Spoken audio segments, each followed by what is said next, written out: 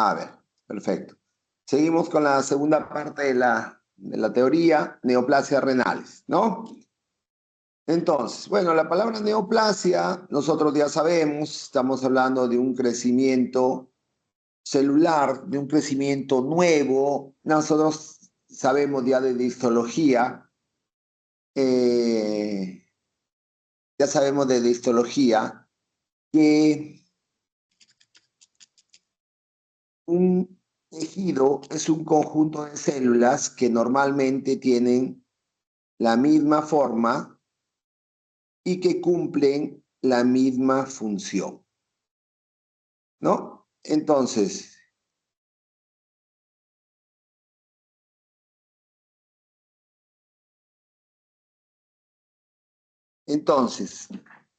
tenemos un tejido que son las células parecidas, tienen la misma velocidad de reproducción, tienen generalmente el mismo catabolismo, la misma sustancia de desecho, y aparece una nueva estirpe celular, ya sea poramente diferenciada o bien diferenciada, pero va a condicionar un ambiente distinto, un ambiente diferente, son células completamente diferentes, va a consumir más oxígeno, va a competir de manera desleal, por así decirlo, con las células normales de ese tejido, van a ir ganando terreno al morir las células por falta de alimentación, van a condicionar un mayor catabolismo, un mayor número de sustancias de desecho, y lógicamente todo se va a ver alterado en ese medio, ¿no? Entonces, las neoplasias en sí ya sabemos que se pueden dar en cualquier parte del organismo, ya sabemos que el compromiso genético es la piedra angular de todo esto, ¿no? Tenemos en cuenta que si bien es cierto, existen muchos factores de riesgo para la posibilidad de una neoplasia, el factor genético cada vez está tomando más preponderancia, más fuerza en que es el principal factor etiológico de un problema renal. Sabemos también en patología, ya hicieron lo que es nomenclatura, estoy seguro de eso. Conocemos que las neoplasias pueden venir de cualquiera de las capas espláncnicas que se dan durante el proceso de creación. Es decir, del ectodermo, del mesodermo y del endodermo. Sabemos que el tejido conjuntivo viene del mesodermo, entonces si yo tengo una célula, no tengo un cáncer que viene de una célula que procede del tejido conjuntivo, lógicamente tiene cierta nomenclatura a una que viene del ectodermo y demás, ¿no? Nosotros tenemos el sufijo oma, que es para nombrar a las neoplasias benignas que vienen de origen epitelial. Y tenemos la palabra carcinoma, si es que hablamos de una neoplasia maligna que viene del tejido epitelial. ¿Sí? Tenemos la palabra sarcoma, si es que hablamos de una neoplasia maligna que viene ya no del tejido epitelial, sino del tejido conjuntivo o del mesodermo. ¿Sí? Entonces, ¿qué? Puede ser del músculo, puede ser tejido adiposo, puede ser tejido conjuntivo. En general, entonces, existe cierta nomenclatura.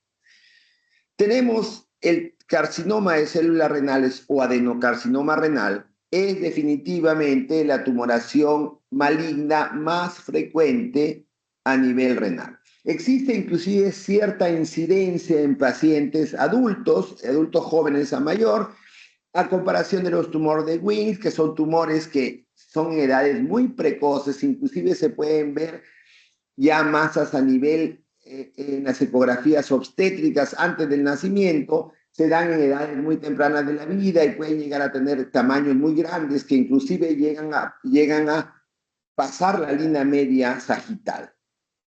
Los tumores renales metastásicos también no son tan comunes, pero recordemos que la diseminación de las neoplasias es por vía linfática, por vía hematógena o por siembra en cavidades. Recordemos también que el riñón recibe la sangre de la arteria renal, que es rama directa de la aorta, ¿no? Entonces puede haber un compromiso hematógeno o linfático, pero en mucha menor grado que en otros órganos que tienen una gran cantidad de irrigación de diferentes regiones o una cantidad de drenaje venoso y linfático, ¿no? La siguiente. Y como dijimos hace un momento, el carcinoma renal o adenocarcinoma renal es el tumor sólido más frecuente maligno, ¿no? Estamos hablando de un 90%, generalmente se da en hombres en una relación de 2 a 1 sobre las mujeres y se da en adultos jóvenes hasta adultos mayores.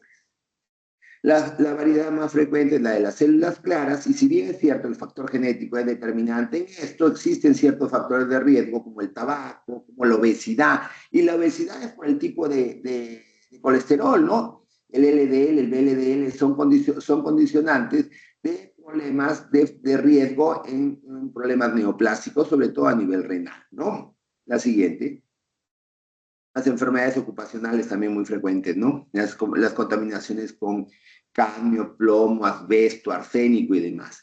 La sintomatología, hay que recordar que solamente el 10% de los casos, solo el 10% de los casos presentan un signo o un síntoma. Y estos no son patognomónicos de un problema, sino generalmente van en relación al tamaño de la masa.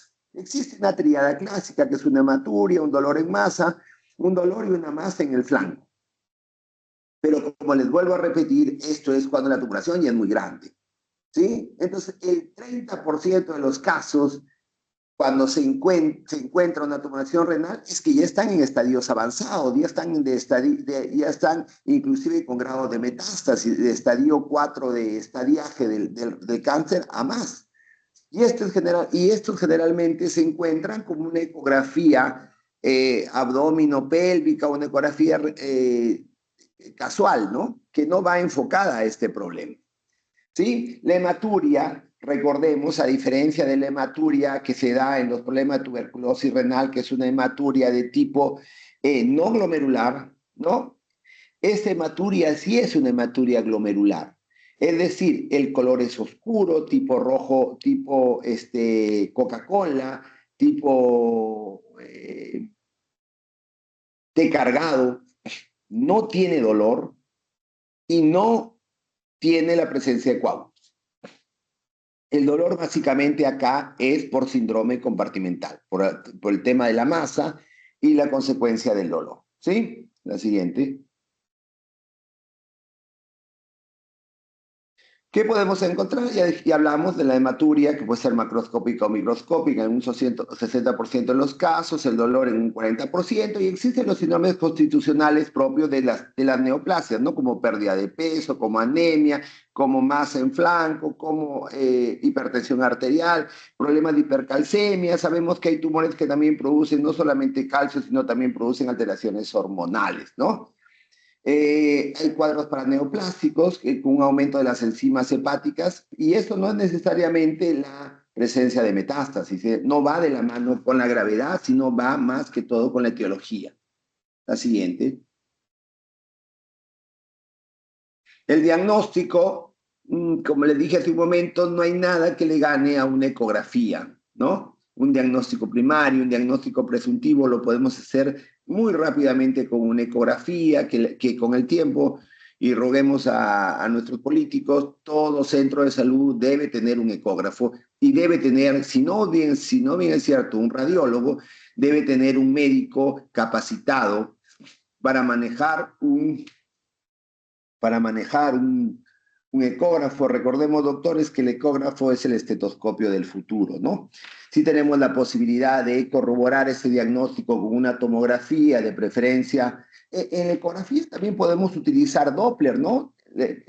Una ecografía Doppler para ver el grado de circulación, si es propia, si la masa comparte la circulación con el órgano mismo, podemos inferir que es una tumoración benigna, pero si hace una resistencia a la circulación del órgano o tiene su propia circulación, condicionamos que podemos estar hablando de una tumoración de tipo maligno.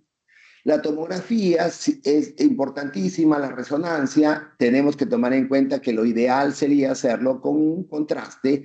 Ya sabemos que la tomografía utiliza contrastes iodados, es muy importante saber la función renal para no tener problemas de iatrogenias. La resonancia magnética, si bien es cierto, no utiliza contrastes diodados, utiliza contrastes a base de gadolinio, son más benignos, no sé si la palabra dice, con el riñón, pero siempre tener en cuenta que si estamos de estadio 3 en adelante, tampoco es bueno utilizar gadolinio por el daño renal tan grande en estos casos, ¿no? La siguiente. El tratamiento, definitivamente, como toda neoplasia. Si tú no encuentras metástasis, puedes inclusive hacer un acto quirúrgico radical y se acabó el problema. Pero si ya hay metástasis, ya tienes que comenzar a pensar en quimioterapia. La quimioterapia puede ser con inmunoterapia, puede ser con interferones, interleucina, puede ser combinaciones de quimioterapia con inmunoterapia. Se utiliza una gran cantidad, tanto antiproliferativos como quimioterapia, se puede utilizar corticoides, metilprednisolona, se puede utilizar ciclofosfamida, ciclosporina, basiliximab, rituximab, aciatropina. Se pueden hacer combinaciones directas, lo cual trae una buena respuesta de una neoplasia renal. Pero si tengo la posibilidad de estadiarlo en estadios tempranos, valga la redundancia, el acto quirúrgico es la gran cosa, ¿no? La siguiente. El pronóstico básicamente está en cuanto al estado general, la edad. También tenemos que considerar el grado de daño renal, ¿no? Si es que hay o no un daño renal. No quiere decir que porque yo tengo una tumoración renal, mi función renal va a estar caída, tampoco es así. Esto va lógicamente en cuanto al estadio. Existen 4 estadios. El primero es cuando la tumoración se encuentra antes de la corteza renal y tiene menos de 7 centímetros. El estadio 2 es cuando ya está más de 7 centímetros y más aún, ya ha afectado no solamente la médula parénquima, sino ha llegado a la corteza renal. Y el estadio 3, sí.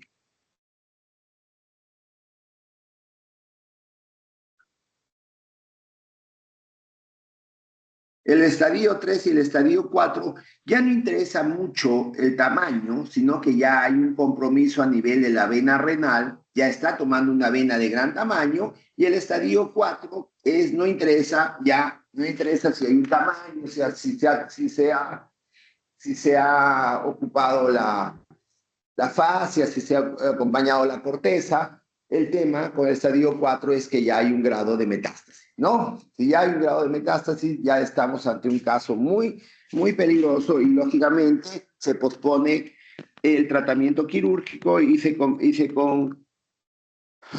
se comienza con quimioterapia más calidad de vida, ¿no? La siguiente.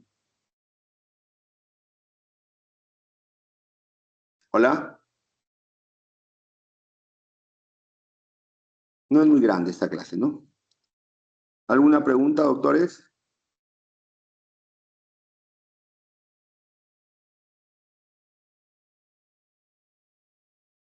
No, doctor.